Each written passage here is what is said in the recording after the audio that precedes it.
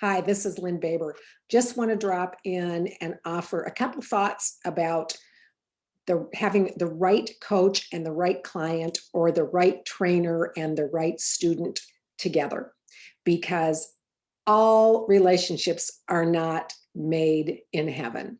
And that doesn't mean there's bad ones. It just means that some are more effective than others.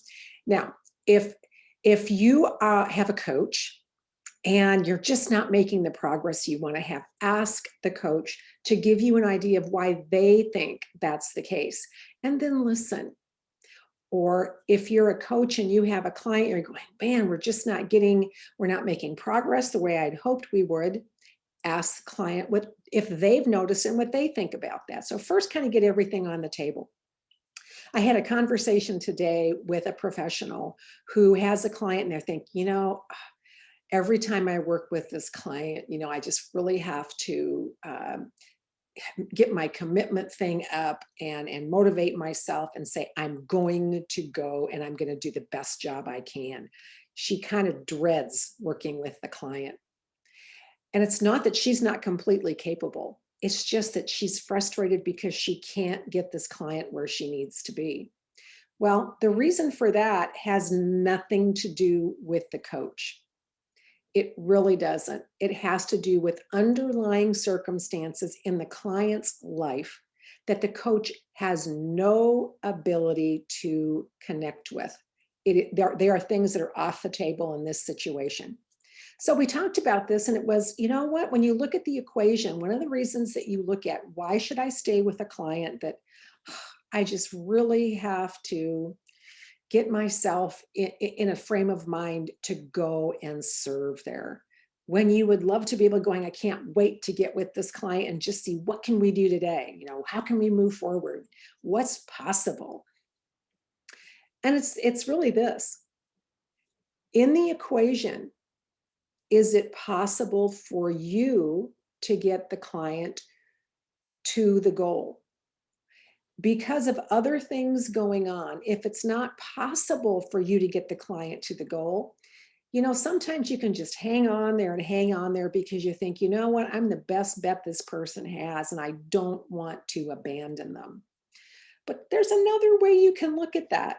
And that is, if you're not the right element in this equation to equal success, maybe you shouldn't be in the equation if you're the coach or you're the trainer or you're the instructor.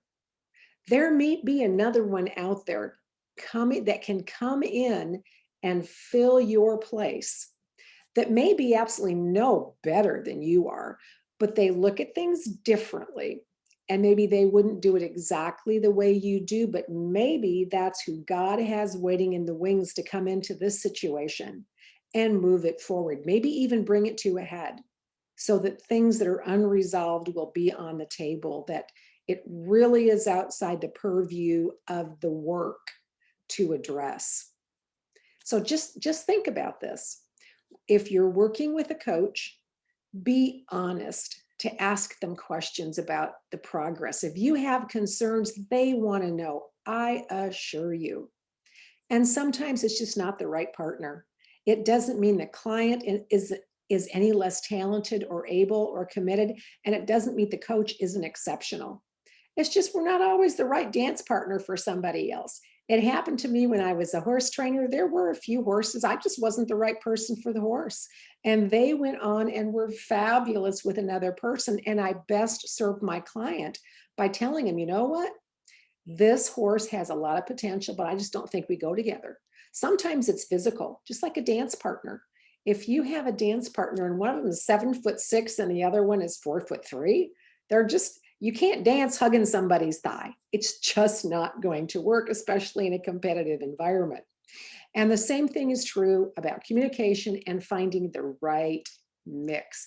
Find that elixir that's going to carry you both to the shared vision you have. And of course, that's the first thing you set with your client or your coach. What's the vision? So don't judge someone who's not working out, no matter which side of the equation you're on.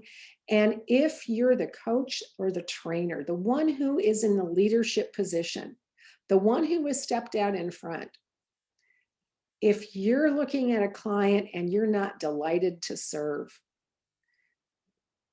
if the reason you're sticking around is because you think you're the best one to keep the ship afloat, sometimes God has something else in mind and we just need to get out of the way. Anyway, something for you to think about today. God bless you. I'm Lynn Baber, and I will see you the next time.